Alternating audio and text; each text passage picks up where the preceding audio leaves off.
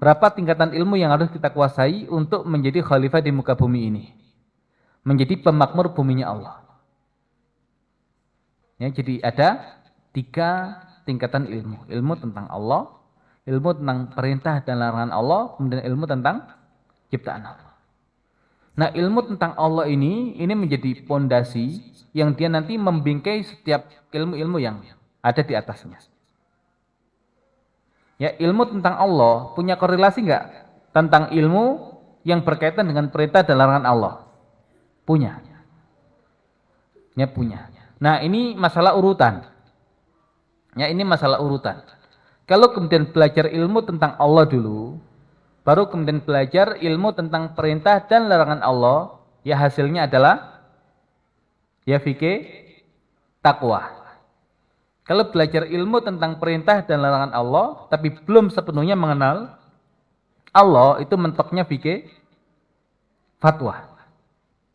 Yang mentoknya fikih fatwa. Ini kalau ilmu tentang Allah itu bahasanya adalah iman. Kalau ilmu tentang perintah dan larangan Allah itu ya Quran. Makanya sahabat mengatakan kita dulu itu belajar iman, baru kemudian belajar Quran. Ketika belajar Quran, tambah nggak imannya? Tambah. Ya makanya ada iman, ya ada keyakinan atau akidah di fase makiyah, kemudian nanti ada ibadah dan syariat di fase madaniyah. Ketika ini diberikan, itu kemudian semakin menguatkan yang ada di sini. Nah, ya maka ini masalah urutan yang kemudian harus dipahami juga. Nah, kalau di mahdharah nanti kita bahasakan ya untuk ilmu tentang Allah ya tadi ilmu tentang pendidikan iman itu, ya kemudian ilmu tentang perintah dan larangan Allah, ini nanti fase yang lebih tinggi sebetulnya. Levelnya adalah untuk jenjang SMP, SMA. Itu ilmu syar'i. Baru kemudian ilmu tentang ciptaan Allah. Nah, ini dimulai dari dari fase sekolah dasar.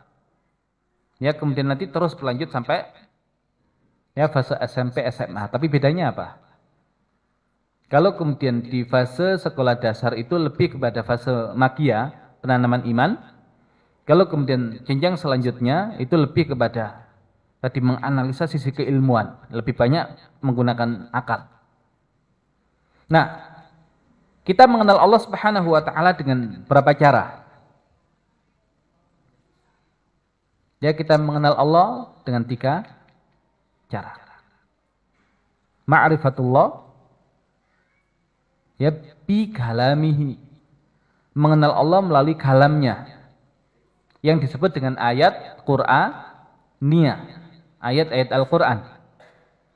Kemudian yang kedua ma'rifatullah bi af'alihi, mengenal Allah dengan af'alnya, perbuatan-perbuatannya, yang disebut dengan ayat takwiniyah.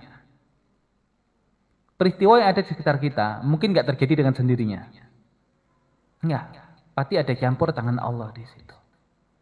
Nah, kita melihat fenomena yang ada di sekitar kita, itu berarti kita mengenal Allah melalui af'alnya.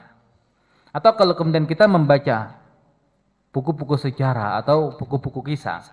Nah, di situ juga tadi mengandung af'alnya Allah. Ya, karena nggak mungkin ya semua itu kemudian berjalan dengan sendirinya, pasti ada yang menskenariokan. Dan itu adalah Allah Subhanahu wa taala.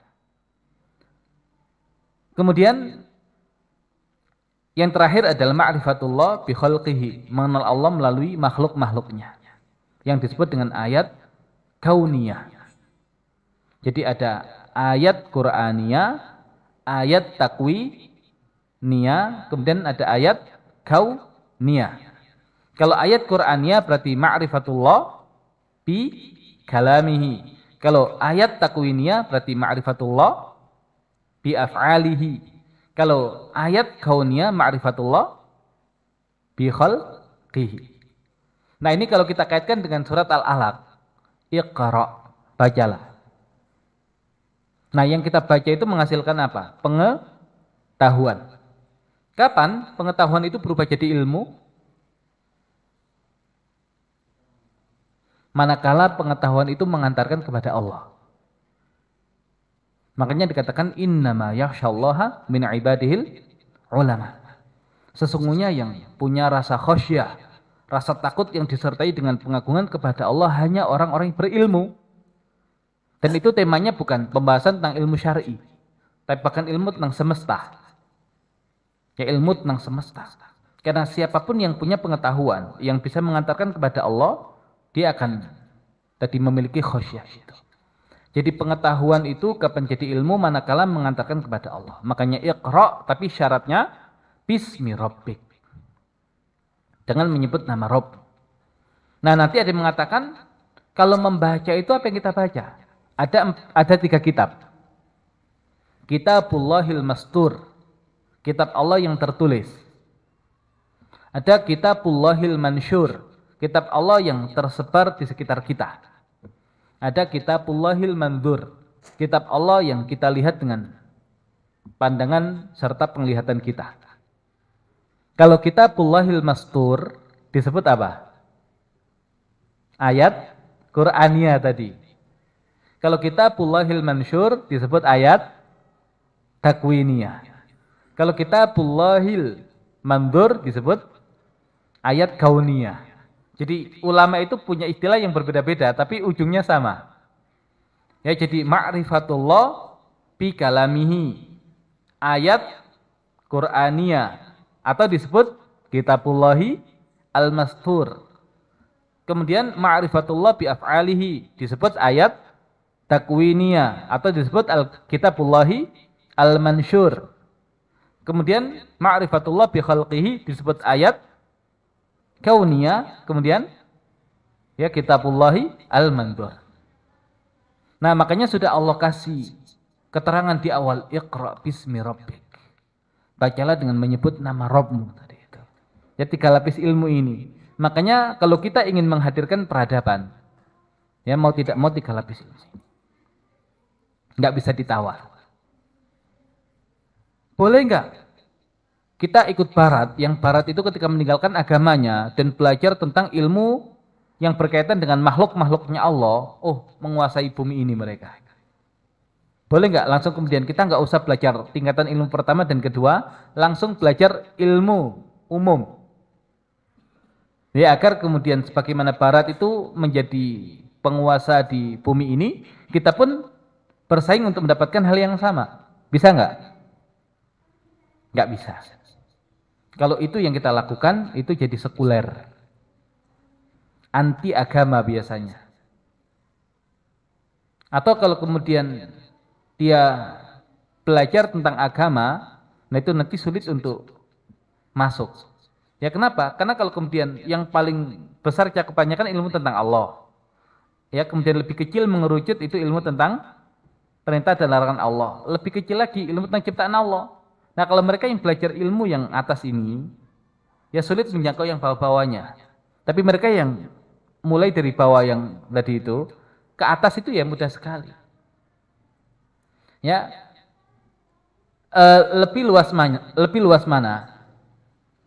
Ilmu tentang makhluknya Allah dengan ilmu tentang perintah dan larangannya Allah.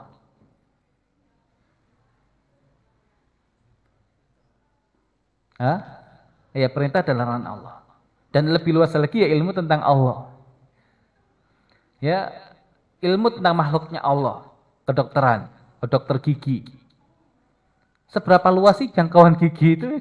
Cuma gigi itu doang gitu loh. Kira-kira orang yang kemudian dia memiliki ilmu tentang Allah, memiliki ilmu tentang perintah dan larangan Allah, belajar kedokteran berkaitan dengan gigi, kebayang nggak oleh dia? Ketika dia berbicara tentang Allah itu sesuatu yang tidak terbayangkan. Ya, perintah dan larangan Allah itu agama Islam yang sangat luas. Nah, hanya bicara tentang gigi yang kecil itu, mudah sekali. Harusnya begitu. Atau tadi kedokteran secara umum, pembahasan tentang fisik manusia. Ya, namanya manusia, objeknya kan cuma kelihatan kan? Itu.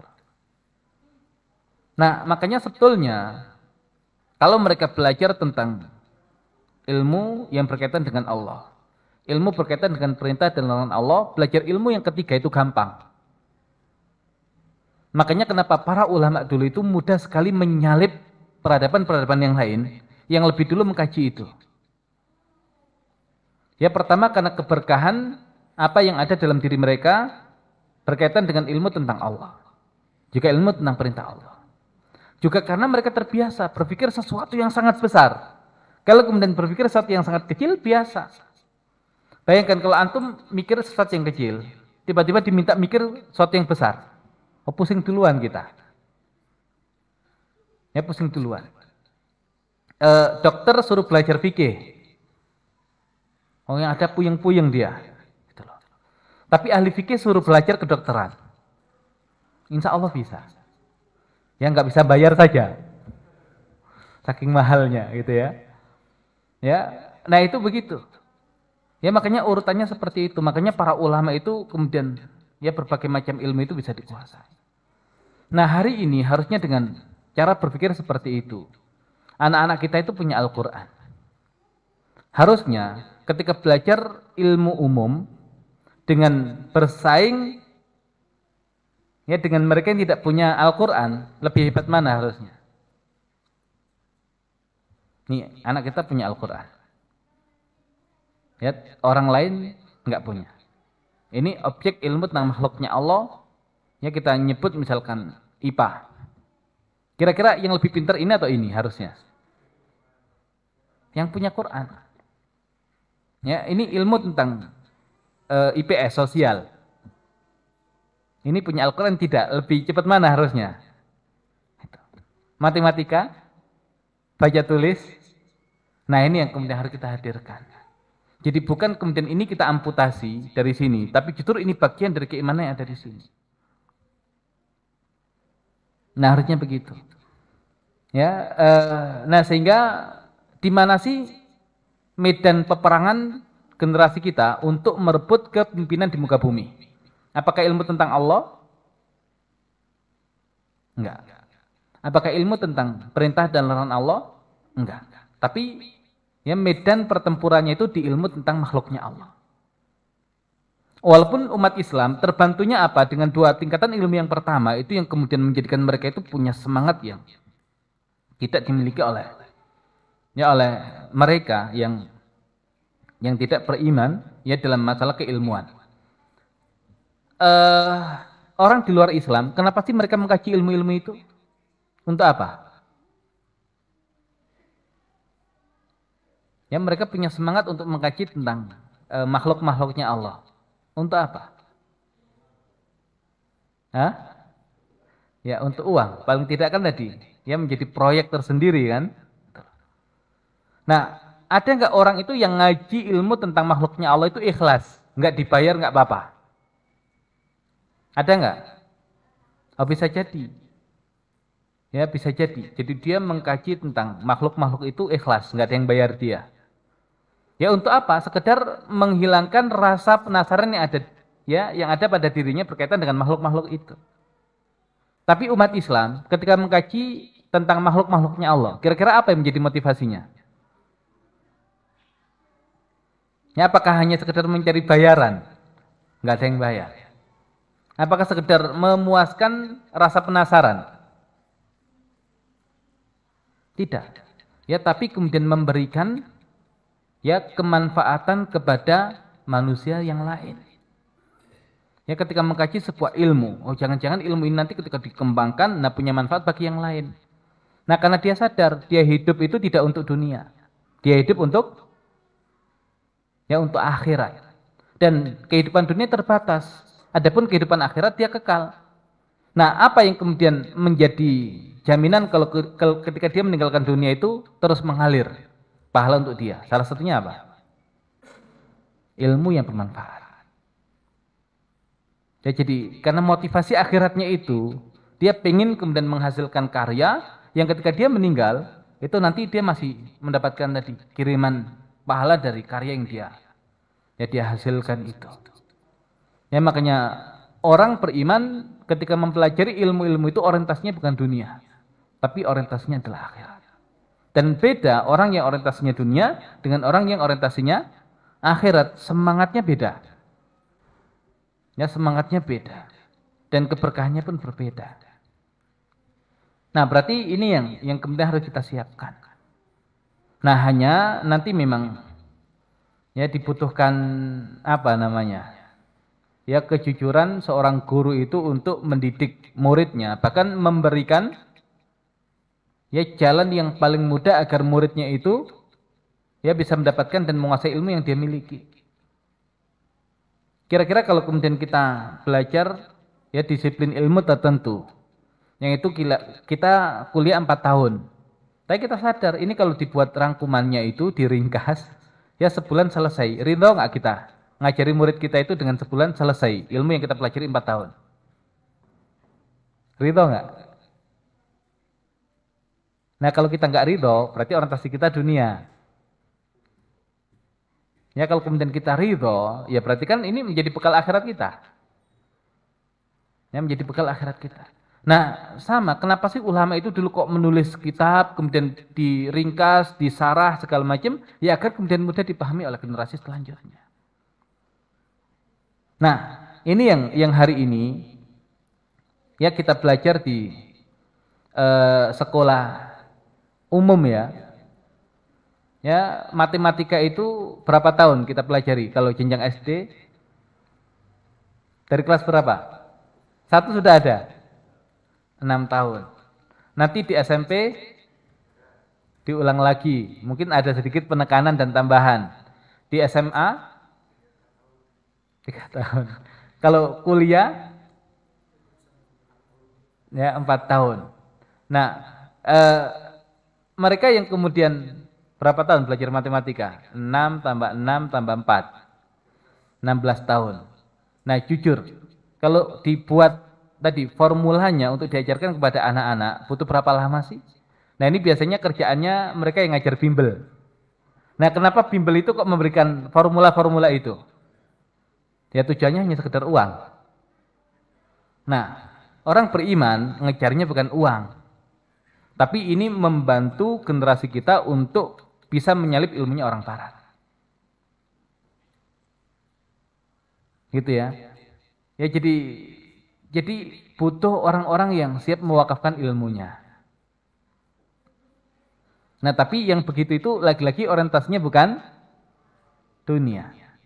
Ya, dulu itu ulama ketika melihat masyarakat itu sulit ya untuk biaya pengobatan, itu menulis buku namanya Tibul Fuqara. Ya Tibul Fuqara. Apa Tibul Fuqara? Pengobatan untuk orang-orang fakir. Nah itu dibongkar semua. Jadi orang fakir itu nggak usah ke dokter. Kalau sakit ini obatnya ini, sakit ini obatnya ini. Kira-kira ada nggak dokter yang mau begitu? Ya tutup nanti. Ya klinik dia, rumah sakit dia. Nah itu kalau orientasinya adalah dunia. Ya bahkan kadang jangankan ilmu umum. Ya kadang ilmu syar'i saja, kadang sengaja dilama-lamain. Biar apa? Oh, biar diundang kajian terus. Kalau kemudian langsung disampaikan beberapa kali ke pertemuan, enggak diundang lagi. Nah itu. Nah siap nggak belajar bahasa Arab itu sehari? Nah kita hanya yang nggak siap gitu loh. Nah, ya begitu. Jadi ilmu-ilmu itu harus disederhanakan seperti itu. Nah, kenapa para ulama itu membuat karya itu kok sederhana, tapi sampai di ujungnya? Ya, karena mereka berlomba-lomba agar kitab mereka yang dikaji. Ketika kitab mereka yang dikaji, berarti di rangkaian keilmuan itu ada sanad ya mereka yang kemudian aliran pahala itu sampai ke mereka. Tapi kalau kita bikin kitab kok jelimet segala macam, nggak ada yang pakai, nggak dapat apa kita. Atau bikin kita biasa-biasa aja, enggak digunakan, enggak dapat apa-apa kita. Nah maka orientasi terhadap akhirat itu yang menjadikan orang-orang yang punya ilmu itu ingin berkontribusi. Nah begitu, jadi ya kita dukung dan siapkan anak-anak kita itu tadi didasari tentang ilmu berkaitan dengan Allah. Ya kemudian ilmu berkaitan dengan perintah dan larangan Allah. Ilmu tentang ciptaan Allah. Nah tadi yang punya ilmu kedokteran, oh ternyata enggak butuh waktu lama. Ya 4 bulan diwakafkan ilmunya, 4 bulan ngajar. Yang punya ilmu tentang matematika tadi, oh ternyata bisa 2 bulan, oh diwakafkan, jadi ngajar 2 bulan.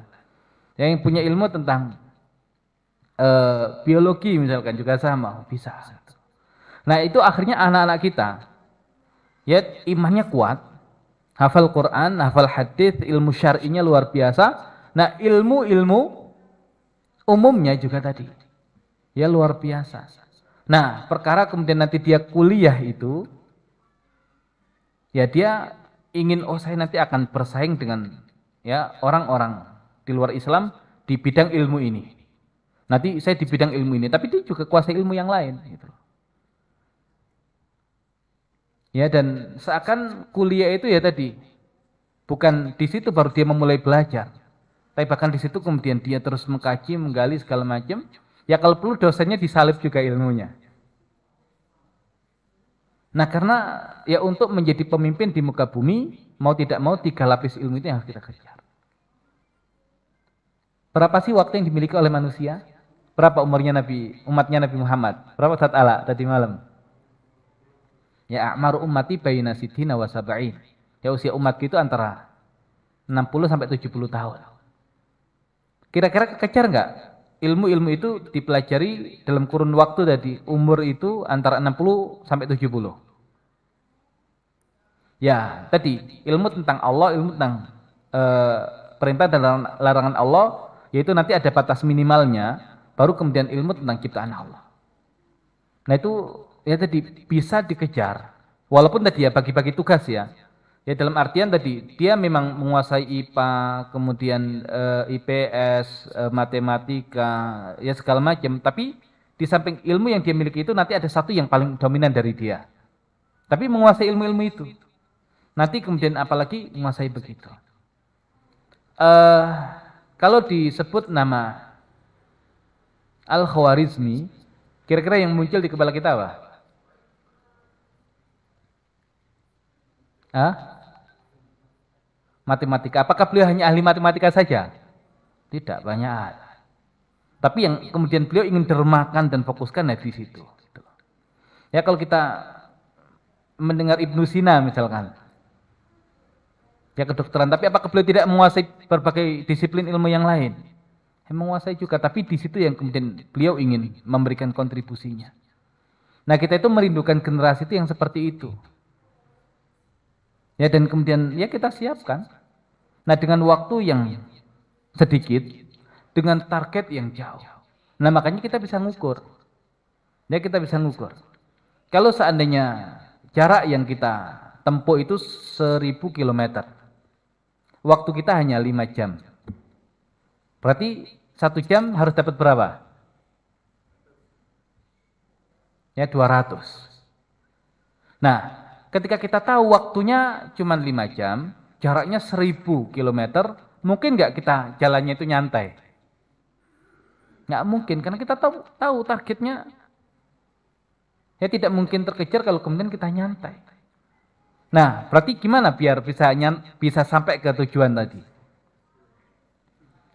Nah, makanya kalau saya bahasakan ke teman-teman, itu nanti apakah setiap kendaraan bisa dipacu dengan kecepatan 200 km per jam? Ya, kita pakai motor nih, gitu ya. Bisa nggak motor yang biasa itu, yang matic itu, ya dipacu 200 km per jam? Nah, antum mau semangat, saya harus sampai ke sana. Wah, antum gas gitu ya, tetap nggak nyampe. Masalahnya di mana? Di motornya. Nah, gimana biar sampai? Nah, ganti kendaraan. Antum berarti harus cari kendaraan yang kapasitasnya itu tadi seperti itu. Atau kemudian kendaraan yang punya kecepatan seperti itu, ya bisa nggak dikasih tadi premium? Oh, puro-puro premium, nyarinya sulit sekarang gitu ya. Oh, inilah Pertalite. Enggak ada, di pinggir jalan aja sekarang Pertamax semua gitu ya. Ya. Nah, kira-kira bisa nggak dengan bahan bakar yang biasa? Nggak bisa juga. Nah, berarti ya pertama tadi kita butuh guru-guru yang punya energi yang luar biasa. Ini seperti bahan bakarnya. Dan kemudian lembaga pendidikan itu seperti kendaraannya. Ya, targetnya jelas, berapa jarak yang harus kita tempuh, waktunya juga jelas, berapa waktu yang kita miliki. Nah, berarti ketika diketahui seperti itu, ya maka kendaraan dan bahan bakar itu yang kita siapkan. Yang nggak bisa dipaksakan dengan jarak tempuh seperti itu, dengan kecepatan seperti itu, kalau kemudian pakai kendaraan biasa. Ya nggak bisa lah gitu. Nah ini yang harus kita upayakan. Ya kira-kira bisa nggak menghadirkan lembaga pendidikan yang seperti itu dengan kualitas guru yang punya semangat seperti itu? Ya, Allah meminta kita itu hanya untuk berusaha. Ya perkara hasil itu ya kita serahkan kepada Allah. Fattaqullaha mastata'tum. Ya kita nyoba dulu gitu loh. Oh ternyata itu kendaraan kita itu ya mampunya hanya 150 ya sudah. Biarkan dilanjutkan generasi setelahnya. Tapi kita sudah berusaha gitu loh untuk mengejar sampai kecepatan itu. Oh atau kemudian bisa sih dipacu secepat itu tapi bahan bakarnya nggak cukup, SDM-nya nggak mendukung. Ya nggak apa-apa kita coba dengan apa yang ada hari ini walaupun nanti terus dinaikkan agar ya bisa sampai ke tujuannya itu. Ya tapi intinya ya pendidikan Islam itu ya butuh 3 lapis ilmu itu. Ilmu tentang Allah, ilmu tentang perintah dan larangan Allah, dan ilmu tentang ciptaan Allah. Dan tidak perlu dibenturkan antara satu dengan yang lain. Kalau kita bicara peradaban, itu semua harus kita ambil. Walaupun dengan urutan yang benar, ya juga dengan tadi, porsi dan persentase yang benar dalam ya durasi pengajarannya. Tapi semua harus kita ambil.